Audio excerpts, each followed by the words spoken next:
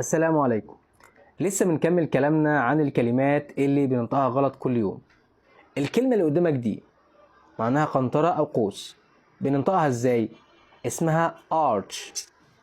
arch arch.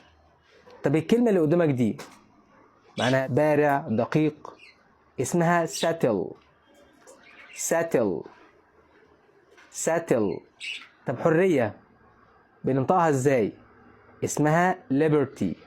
liberty liberty. الإبهام، الصباع ده، الإبهام اسمه thumb. thumb thumb. الكلمة اللي قدامك دي معناها مدهش، awesome. awesome awesome. طب الكلمة دي كمان معناها قلعة، اسمها castle. castle